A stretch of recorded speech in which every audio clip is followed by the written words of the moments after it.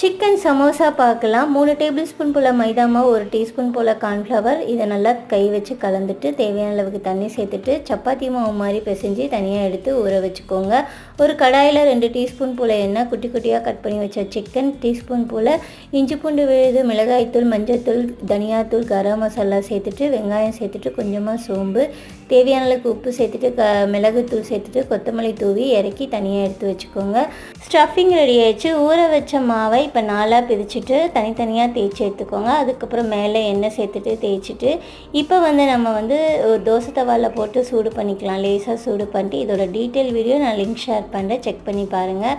இந்த மாதிரி கோன் ஷேப்பில் கட் பண்ணிவிட்டு ஸ்டஃபிங் உள்ளே வச்சுட்டு 2-3 வாட்டி போல் உள்ளே வச்சு நல்லா அமுக்கி விட்டு ஒரு மைதா மாவு பேஸ்ட்டு தடவி விட்டிங்கன்னா சூப்பரான சமோசா, சிக்கன் சமோசா ரெடி. சூடான எண்ணெயில் போட்டால் சமோசா ரெடி. இந்த வீடியோ பிடிச்சா லைக் பண்ணுங்கள், ஷேர் பண்ணுங்கள், சப்ஸ்கிரைப் பண்ணி